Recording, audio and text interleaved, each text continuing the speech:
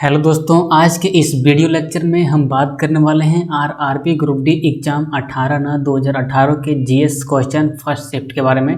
इससे पहले हम 17/9/2018 फर्स्ट शिफ्ट, सेकंड शिफ्ट और थर्ड शिफ्ट करवा चुके हैं। अगर आपने उसका वीडियो नहीं देखा है तो प्ले लिस्ट में जाके देख लीजिए, वहाँ पे आपको वीडियो मिल जाएगा जीएस सेक्शन में। किसमें? जीएस सेक्शन में।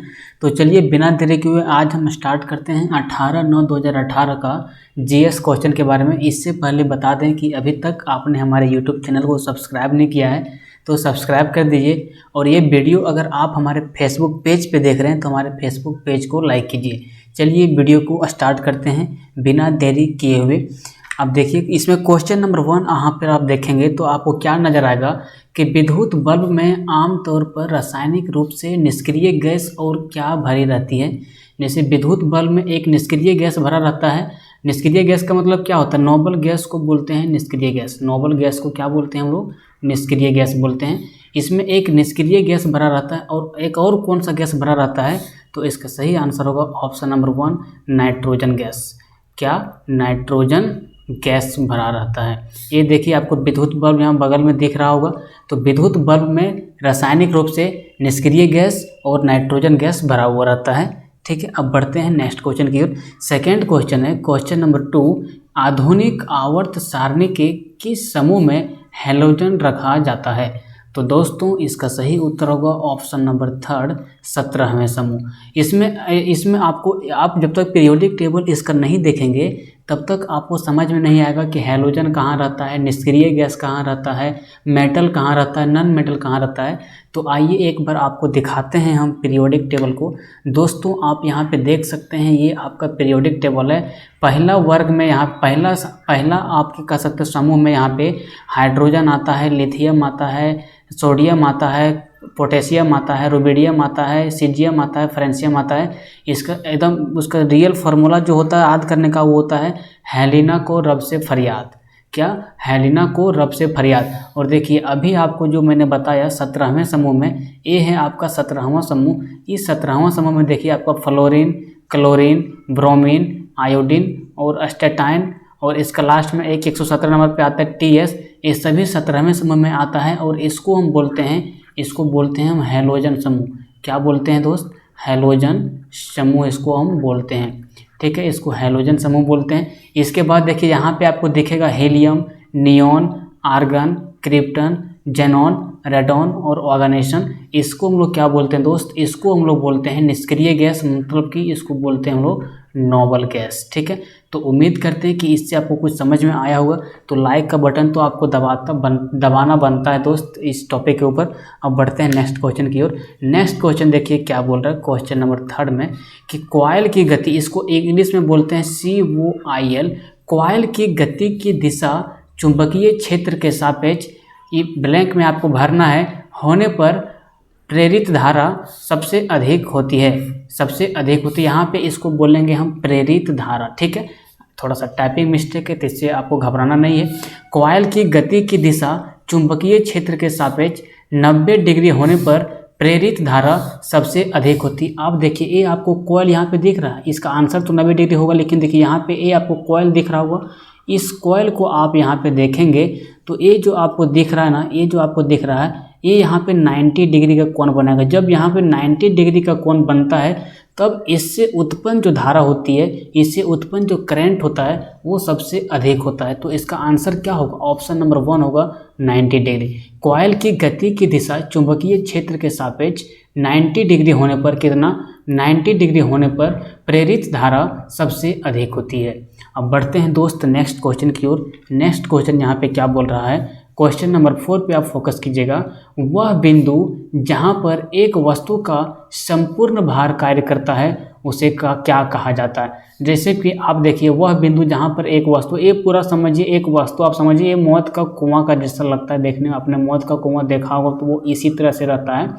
अब देखिए ये पूरा यहाँ पे आपको दिख रहा है, और यहाँ पे जो इसका लास्ट वाला पॉइंट ये दिख रहा है, आप देखिएगा तो इस वस्तु का, इतना बड़ा वस्तु का जो संपूर्ण लोड को थाम रहा है वो सबसे निचला पॉइंट ये थाम रहा है। तो क्वेश्चन में क्या बोल रहा है कि जब वह बिंदु जहाँ पर एक वस्तु का संपूर्ण भार कार्य करता है उसे क्या कहा जाता है? तो उसे गुरुत्वाकर्षण का केंद्र कहा जाता है। इसे बोलते हैं हम लोग ग्रेविटेशनल पॉइंट बोलते हैं, ग्रेविटेशनल पॉइंट इसको हम लोग बोलते हैं क्या, ग्रेविटेशनल पॉइंट बोलते हैं। एक वस्तु का संपूर्ण भार जिस बिंदु पे कार्य करता है उसे क्या बोलते हैं, उसे हम लोग बोलते हैं गुरुत्वाकर्षण का केंद्र यानी कि ग्रेविटेशनल पॉइंट बोलते हैं। अब बढ़ते हैं नेक्स्ट क्वेश्चन की ओर। नेक्स्ट क्वेश्चन बोल रहा है दोस्त कि O2 जो है O2 का प्रयोग करके पाइरुवेट का विभाजन किस में होता है, तो इसका आंसर आपको बताना है। इसका सही आंसर होगा ऑप्शन नंबर 1 माइटोकॉन्ड्रिया। अब देखो इसका आंसर कैसे ये होगा माइटोकॉन्ड्रिया। O2 का प्रयोग करके पाइरुवेट का विभाजन किस में होता है। पाइरुवेट एक टॉपिक है बायोलॉजी का, जब बायोलॉजी को शुरुआत से हम पढ़ाएंगे तब आपको बताएंगे, क्योंकि यहाँ पे टाइम ज़्यादा लेने से आप वीडियो को देखते नहीं हो पूरा, इसलिए मैं यहाँ पे ज़्यादा टाइम वेस्ट करते हुए नहीं आपको एक नंबरिया करके जहाँ तक होता है प्रयास वहाँ तक समझाने का प्रयास करता हूँ। समझ लीजिए पाइरुवेट जो है एक बायोलॉजी का टर्म है, बोल रहा है कि O2 का प्रयोग करके पाइरुवेट का विभाजन किस में होता है, तो माइटोकॉन्ड्रिया में होता है। यहाँ से आपको एक चीज़ और पूछ देगा कि माइटोकॉन्ड्रिया का खोज किसने किया, तो माइटोकॉन्ड्रिया का खोज किया है बेंडा। यहीं पे आपको बोलेगा कि गोल्जी काय का खोज किसने किया, तो इसका खोज किया है गोल्जी ने। अब आपको DNA और RNA का बोलेगा, ये भी पूछता है एग्जाम में, लेकिन ये रेयर केस में पूछता है, लेकिन माइटोकॉन्ड्रिया और गोल्जी काय का बहुत ज़्यादा मात्रा में पूछता है। अब देखिए ये है माइटोकॉन्ड्रिया, ये जो आपको फिगर में दिख रहा है ये है माइटोकॉन्ड्रिया। इसका अंदर वाला जो भाग ये आपको दिख रहा है ना, इस भाग को हम लोग क्या बोलते हैं, इस भाग को बोलते हैं हम लोग क्रिस्टल।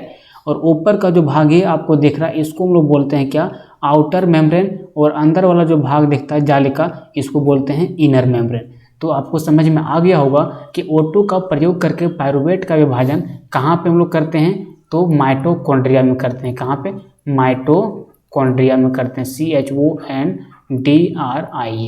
ठीक है, अब बढ़ते हैं नेक्स्ट क्वेश्चन की ओर। नेक्स्ट क्वेश्चन क्या बोल रहा है, क्वेश्चन नंबर 6 देखिए। निम्न में से कौन सा जानवर मुकुलन द्वारा पुनरुत्पादित करता है। पुनरुत्पादित का मतलब समझो रीजेनरेशन। क्या, रीजेनरेशन का मतलब क्या हुआ कि एक जंतु है उसी के जैसा दूसरा जंतु उत्पादन हो गया, उसी का जैसा तीसरा जंतु उत्पादन हो गया, इसको बोलते हैं रीजेनरेशन। जैसे हम आदमी हैं तो हम अगर बच्चा पैदा करेंगे तो हमारा बच्चा भी हमारा मनुष्य का जैसा ही रहेगा, भले वो लेडीज रहे या जेंट्स रहे, लेकिन वो मनुष्य का रूप में कहलाएगा। तो उसी तरह क्या बोलता है, पुनरुत्पादित क्या होता है, कोई भी जंतु का सेम रूप अगर आप उत्पादन कर देते हैं तो उसे बोलते हैं पुनरुत्पादित। और पुनर्जनन को कार्यान्वित करता है। निम्नलिखित में से कौन सा जानवर मुकुलन, इसको इंग्लिश में बोलते हैं हम लोग ब्रीडिंग। पहले आप क्वेश्चन को ढंग से समझिएगा तब आपको इसका आंसर समझ में आएगा। इसको इंग्लिश में बोलते हैं बडिंग, तो इसका सही उत्तर होगा हाइड्रा। क्या होगा, हाइड्रा। निम्नलिखित में से कौन सा जानवर मुकुलन द्वारा पुनरुत्पादित करता है और पुनर्जनन को कार्यान्वित करता है, तो इसका सही उत्तर होगा हाइड्रा। ठीक है, ये आपको फिगर में देख रहा होगा, यही है हाइड्रा। अब बढ़ते हैं नेक्स्ट क्वेश्चन की ओर। नेक्स्ट क्वेश्चन क्या बोल रहा है, क्वेश्चन बहुत बार एग्जाम में रिपीट किया है, इसको आप एकदम 100% एनीहाउ याद कर लो। बोल रहा है कि चंद्रमा पर किसी वस्तु का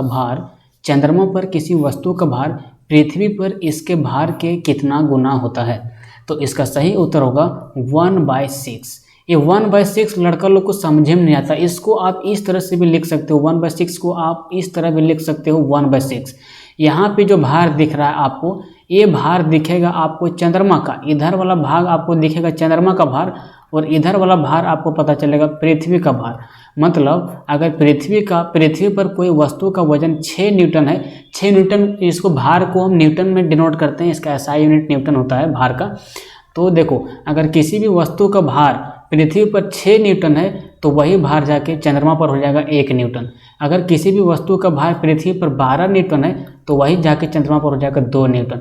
अगर किसी भी वस्तु का भार पृथ्वी पर यहाँ पे कह सकते हो आप 24 न्यूटन है तो चंद्रमा पर जाके हो जाएगा 4 न्यूटन। कैसे, इसको अगर काटोगे तो आपको 1/6 बचना चाहिए। देखो यहाँ 4 एक 4 काटेंगे, 4 6 24 काटेंगे, 1/6 बच जाएगा ना। तो देखो जितना हो जाएगा चंद्रमा पर भार, जितना हो जाएगा पृथ्वी पर भार, उसका 1/6 चंद्रमा पर भार होता है। जैसे मान लो कि चंद्रमा पृथ्वी पर भार किसी वस्तु का 24 न्यूटन है तो चंद्रमा पर जाके कितना हो जाता है, इसका 1/6 हो जाता है। इसको काटेंगे तो 6 चक 24 न्यूटन हो जाएगा।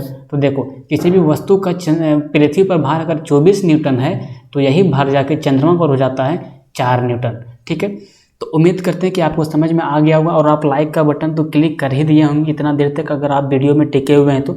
अब बढ़ते हैं नेक्स्ट क्वेश्चन की ओर। नेक्स्ट क्वेश्चन क्या बोल रहा है कि रासायनिक अभिक्रिया जिसमें रासायनिक अभिक्रिया क्या हुआ, मान लो कि C+O2 का रिएक्शन करवाएं, ये बना दिया CO2। तो इस तरह के जो रिएक्शन होते हैं इनको बोलते हैं वो रासायनिक रिएक्शन, केमिकल रिएक्शन इसको बोलते हैं, ठीक है।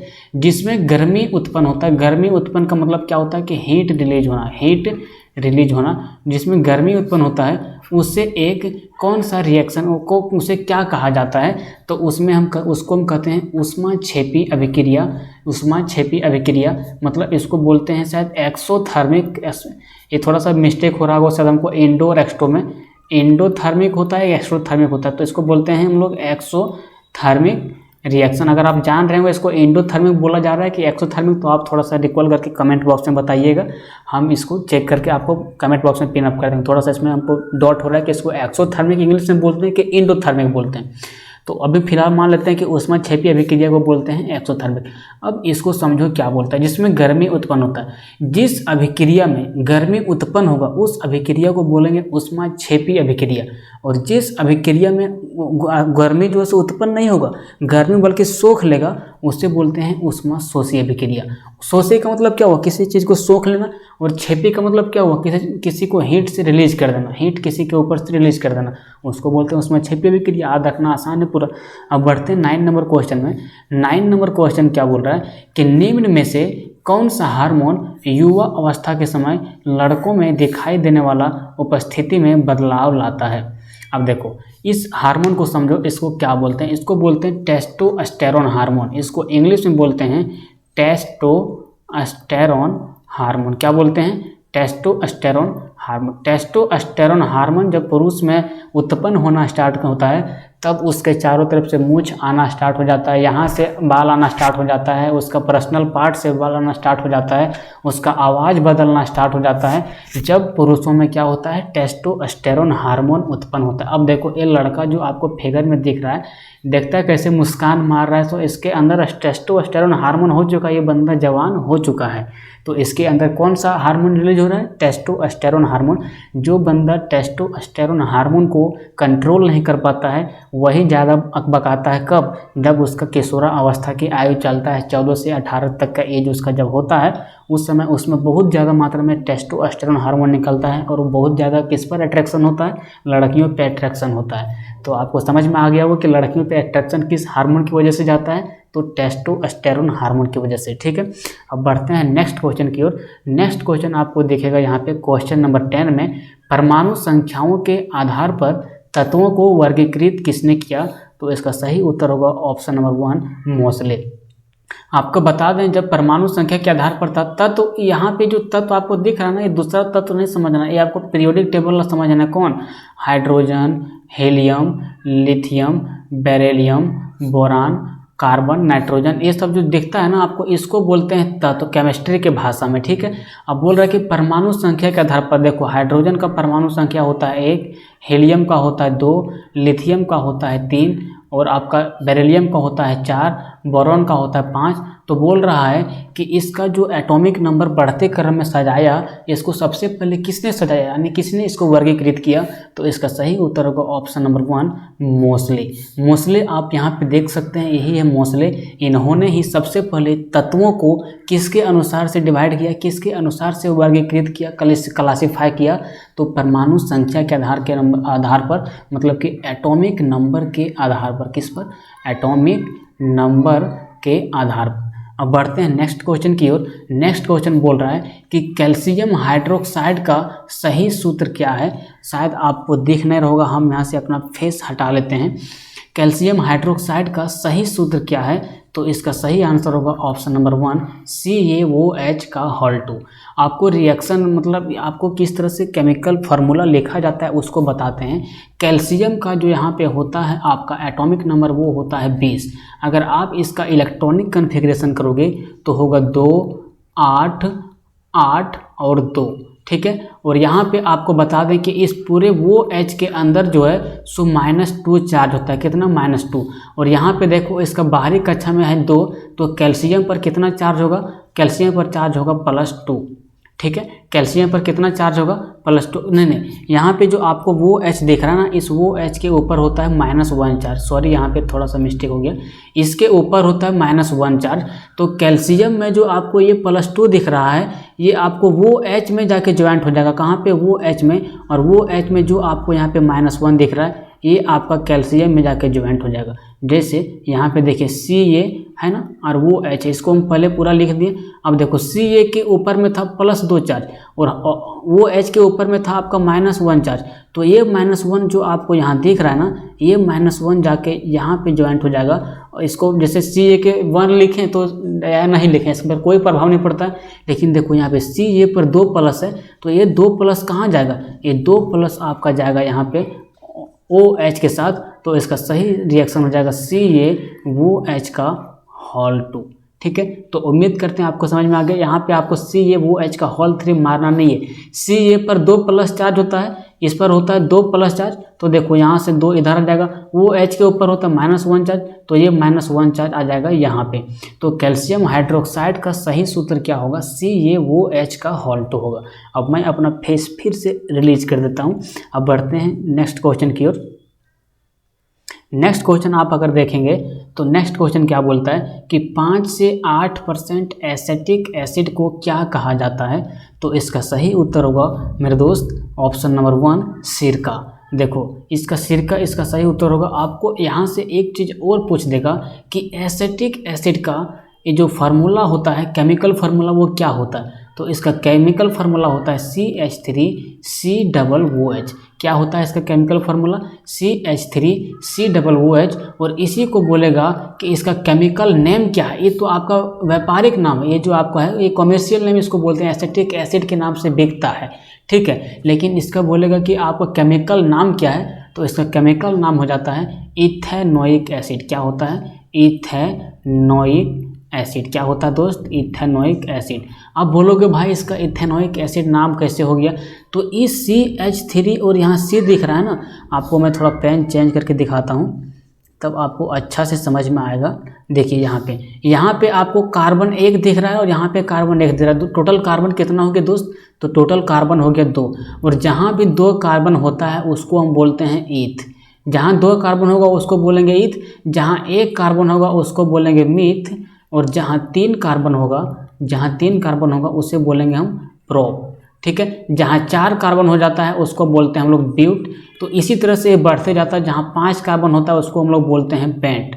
तो देखो यहाँ पे CH3COOH में देखो यहाँ 2 कार्बन है ना, पहला कार्बन यहाँ पे दिख रहा है, दूसरा कार्बन आपको देखिए यहाँ पे दिख रहा है। तो 2 कार्बन होने के नाते इसको हम बोल दिए इथेन, ठीक है।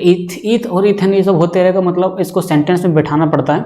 अब देखो, और ये जो आपको COOH दिख रहा है ना, जहाँ पे आपको COOH दिख गया, इसका मतलब होता है, इसका जो प्रत्यय होता है उसको बोलते हैं ओइक, ठीक है। तो देखो यहाँ पे 2 कार्बन की वजह से हो गया आपका इथेन और COOH के कारण हो गया आपका ओइक, तो इसका नाम हो गया आपका इथेनोइक एसिड, ठीक है। तो आपको समझ में आ गया होगा। यहाँ पे आपको दिख रहा है सेकेंड ऑप्शन में इथानॉल, तो इसका फार्मूला क्या होगा, तो इसका फार्मूला होगा C2H5OH होगा। यहाँ पे आपको दिख रहा है एस्टर, तो इसका होता है CH3COONE होता है। क्या होता है, CH3COONE होता है इसका एस्टर का फार्मूला, ठीक है। और यहाँ पे आपको दिख रहा है एसिटिक एसिड को क्या कहा जाता है, तो एसिटिक एसिड तो है ये, इसको क्या कहा जाएगा, इसको सिरका कहा जाएगा। अब आते हैं हम लोग नेक्स्ट क्वेश्चन की ओर। नेक्स्ट क्वेश्चन बोल रहा है कि श्रवणीय रेंज से नीचे आवृत्तियों के साथ ध्वनि तरंगों को क्या कहा जाता है। श्रवणीय रेंज को आप यहाँ पे इसको इंग्लिश में बोल सकते हो ऑडिबल रेंज। क्या, इसको इंग्लिश में बोल सकते हो आप ऑडिबल रेंज, ठीक है। इसको इंग्लिश में क्या बोल सकते हो, ऑडिबल रेंज। मतलब जिस ध्वनि को आप सुन नहीं पाते हैं, उस ध्वनि को क्या कहते हैं, उसको हम लोग बोलते हैं इंफ्रासोनिक ध्वनि। जो ध्वनि आप नहीं सुन पाते हैं, जैसे अगर कहीं पे बाढ़ आने वाला हो, भूकंप आने वाला हो, तो इस तरह की जो गतिविधियां होती है तो हम लोग को पता नहीं चलता है, लेकिन जानवरों को पता चल जाता है। कुछ जानवर ऐसे होते हैं उसको पता चल जाता है कि अंधड़ आने वाला है, तूफान आने वाला है, कुछ जानवरों को पता चल जाता है।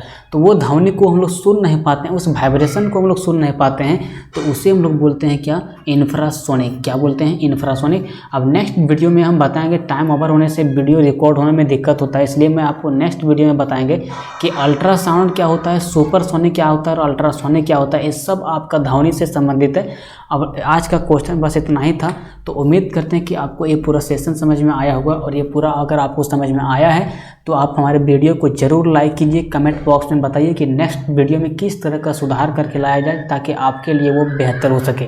अब मिलते हैं कल, तब तक के लिए जय हिंद, जय भारत।